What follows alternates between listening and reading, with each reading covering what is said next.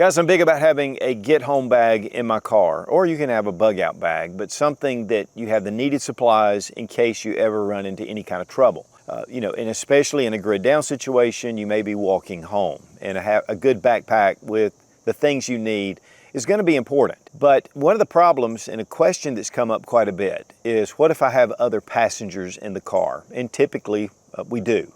A lot of times we have other people, whether it's family or just friends. So thinking about that possibility, it led me to a vehicle survival kit.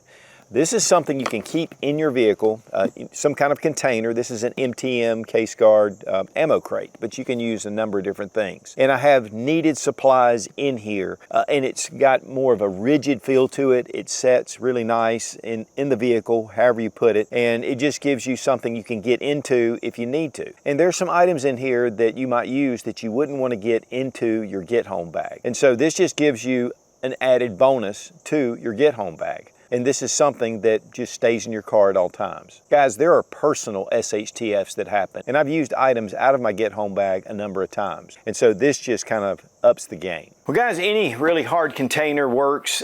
Having a hard container really just gives you something to stack on. It just makes it more easy to be able to find. One of the things about having a bag is they can get thrown around. This will typically stay in one spot. There are lashing points on it. You can actually tie this down if you need to. And that's one of the things about the MTM. They make a lot of different cool containers, and just like this ammo crate. Now this is called the divided ammo crate, and it'll hold about 75 pounds of cargo, and really we keep ammo in here a lot of times. In fact, when I found this, I cleaned it out because I was really wanting this size. And as you can see, I mean, it's just like a little foot locker, and it has handles on the side so you're able to grab it.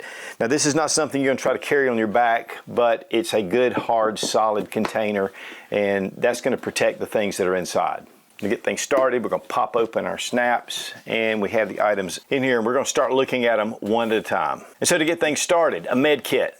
You really should have some sort of med kit in your vehicle, and this is a little bit over the top. This is a first aid kit. It's in a Pelican case. I picked this up at Palmetto State Armory. I was in there one day, and it has all the items that you need as a trauma kit. And so we have our tourniquet. We have a cat tourniquet. We have some emergency trauma gauze. We have nitrile gloves. We have a Sharpie. In here we have some compression bandages and things like that, and even Band-Aids. So this gives you some of those boo-boo features as well, and it's in this very cool case. But you can get a standard trauma kit in one of the soft nylon cases. It works fine, and it's a lot less expensive than this, but I just like this, and we usually take one of these to the range with us. And two, I like that it's orange. I know where it is, and it has the red first aid on here, so anybody can see what this is. Next, we have a rain jacket. Now this is something I'm always caught somewhere, I'm not thinking about it, and I've got a good rain jacket. And guys, it's important because if you get chilled, even in the summertime, if it gets late at night or early in the morning, right now we're down into the 60s, and you step out and it's chilly. If you're spending the night outside, that could really lower your body temperature. Once you get wet especially, so having something like this is excellent. Now I will say that this is not really set up for a winter kit, and with that I would put maybe a fleece in here and a watch cap, but rain jacket is going to be important. And with that, an extra pair of socks. The one thing about walking, you may need to walk a ways. Having some extra socks are just important, and if you get your feet wet, you need to keep those feet dry if possible. Also, we have a small little, this is SOL, emergency bivvy, and this just makes a small shelter, and it has Mylar inside, and so this will get you set up to have a little bit of shelter if you need it. You can climb in this, and it's almost like a little miniature sleeping bag, and it's multiple use. Now it's not hard use, but you can use this probably for 3 or 4 days if you need to. Now with that, we also have some paracord, and this is actually fire cord or survival cord. And so I like this because it's a little bit stronger, has the 7 strands, and I think the center strand actually will create fire. And so this cordage is vital especially for our shelter, and we're going to look at that in a second. And two, you can lash down things, you can repair items, and you can also take things and attach them to your get home bag if you need to. And so paracord or any kind of cordage, but make sure you get good 550 cord with the 7 strands. Bank line works well too.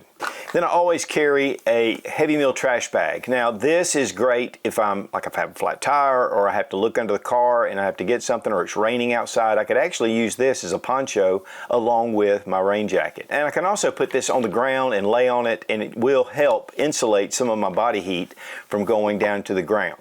We do have a tarp we're going to look at for really good shelter, but this on the ground would also be a big help. Plus, you can actually put items in here. You can even carry water in here. So get a good heavy meal contractor's bags, and I get them at Home Depot, and I get a big box, and we use these on a pretty regular basis for different things. But this is a staple in every bag I have. Now I have a fire kit. Fire kit will make you fire, and fire will cook your food, it boils your water, it gives you heat, it gives you light, it can keep predators at bay. Fire is essential for survival. And I like to have redundancy. I think that's very important, whether it's a ferrocerium rod, a spark, little spark creator. That works great if you have a good fire tinder, which we have Vaseline and cotton balls. I have some waterproof matches, or lifeboat matches actually back here. They will stay lit even if they're in water. And then we have another ferro rod right here. Again, a little redundancy. Bic lighter. Now guys, if all you have is a Bic lighter, you're going to be hard pressed, because there's so many ways that these can fail. And this is the most convenient, and I like the Bic lighter. I mean, it's so easy to use, and just flick and we're ready to go. But the fuel can run out, the striker can get messed up, it can corrode. Have some other options. And so here we have the old magnesium bar, and these have been around for a long time. It even has the striker with it, and we have a pencil sharpener. Now that will create tinder. So I can take standard sticks, run them in here. You can get larger ones for that matter, and this will create some really flammable wood chips to be able to get your fire going. And then I have a knife, and this is to strike my ferro rod. And I do have strikers in here, but this just gives me a little extra, and I can cut up some wood if I need to, some shavings and things like that. So having a complete fire kit is going to be vital. Exotac is one of our sponsors, and they give a 20% off. We have a link down below in the description.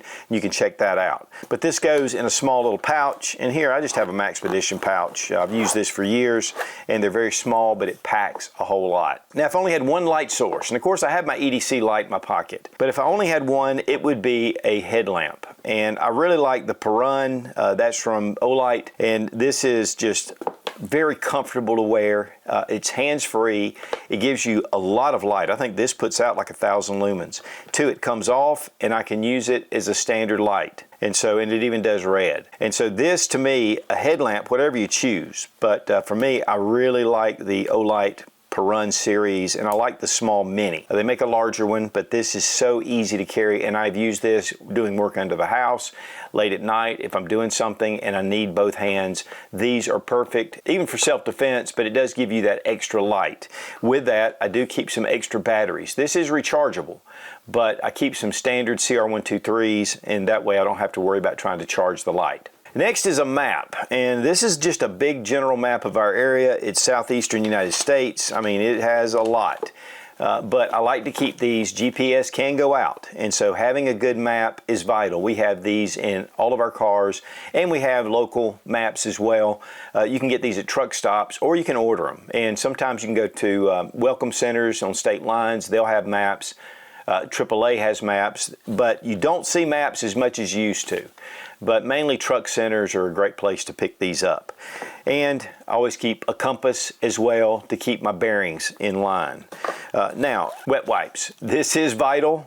It'll keep you clean, but it'll also keep you clean if you have to go to the bathroom. And so instead of having toilet paper, I really prefer wet wipes. And having these in the car, this is probably something you can use if you find yourself in a situation. And then I have some zip ties. Zip ties are just so good to do so many things, and they're so small and easy to pack, so I like to keep those. And then I have a knife, and this is just a Gerber. I believe it's the LMA enough. It is a straight edge and a serrated edge. Now you can see I've used it pretty well. It has a rubberized handle on it. At the pommel, it has an impact tool right here. So this gives me a lot of capability, and these are full tang, and they're just great knives. And I have a number of different Gerber knives, just for basic knives that I want to put away in a kit, and I've used this one pretty extensively. And I can actually take this and attach it to my belt, which that's what I would do in a situation that I found myself in where I had to leave the vehicle. But this attaches, it'll even attach to MOLLE gear. And then I have a saw. Now saws are vital. One of the things about having a hatchet, which is great, but they're heavy and you can hurt yourself. You really need to know how to use a hatchet, and you can cut your hand and then you're in a big mess and you got your trauma kit out. But instead, let's just take the silky saw, and this is the Gomboy, and these cut phenomenally well. In fact, I found this secret out at the Fieldcraft Survival, one of their survival schools. And one of the instructors said, this is the knife to have. I bought one, and now I have many, and I've given them out to all my family. This will process your wood. It'll even help you build a shelter. I mean, these are just great to have, and they cut like nobody's business. So definitely a small little foldable saw, but the silky saw is my favorite. And then I have some tent stakes. Now you see the stakes. This just gives me a few more options along with my paracord.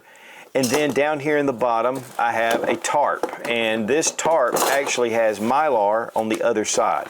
So this is going to keep the heat reflected back into me, and I could actually use this as an emergency space blanket. A lot of times they use these to keep people from going into shock. And then it has that camo color so it doesn't stand out too much, and it does have eyelets so I can use that paracord, and then I can come in with my stakes and I can set this up. And guys, you can use so many different things. In fact, you can use the paracord and drape it over it. And I've done a video on taking tarps and making them into shelters.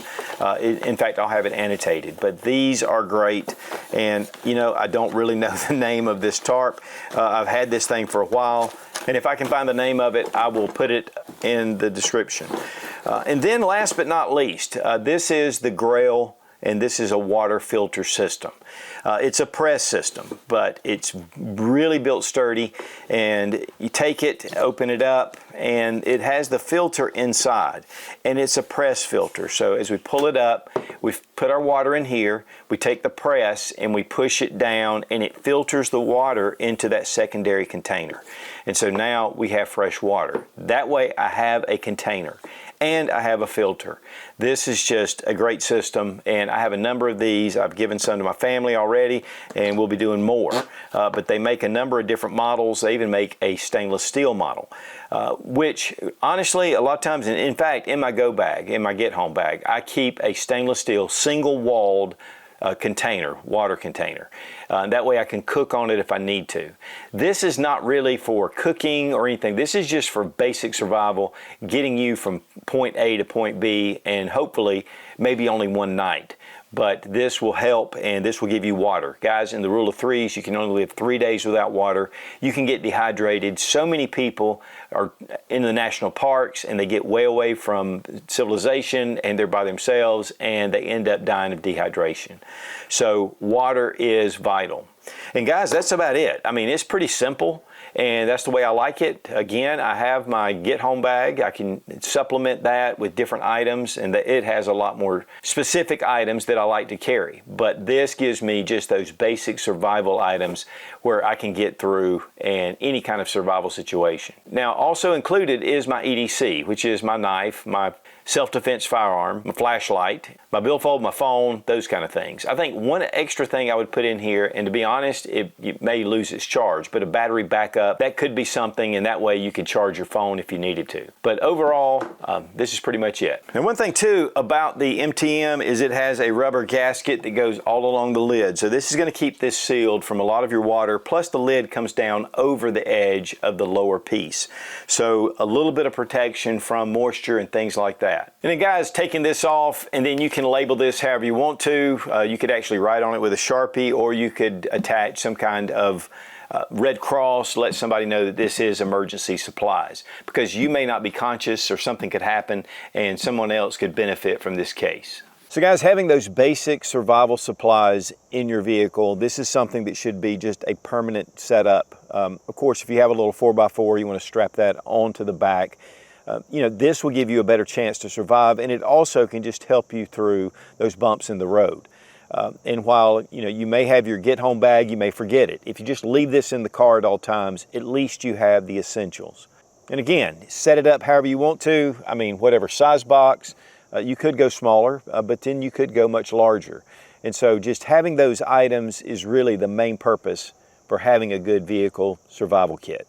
Guys, when it comes to fire, it is essential to survival, and having a good fire kit and knowing how to use it is vital for survival situations. And Exotac makes the best fire starters on the market. Made in the USA, down in Winder, Georgia. Using really high-grade aluminum, they machine some really beautiful handles, a lot of different features, replaceable ferro rods, and a number of other different fire starting tools. You get 20% off using Sootch 20 with the link down below in the description. And a big thank you to Exotac for sponsoring today's video. Be strong, be of good courage. God bless America. Long live the Republic.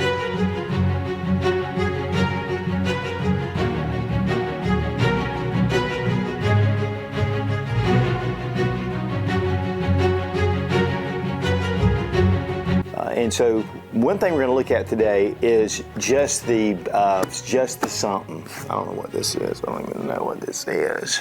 One of the things that really surprised me is once I put a go bag or a get home bag in my car, I ended up having to use it over and over and over and over and over and over and over.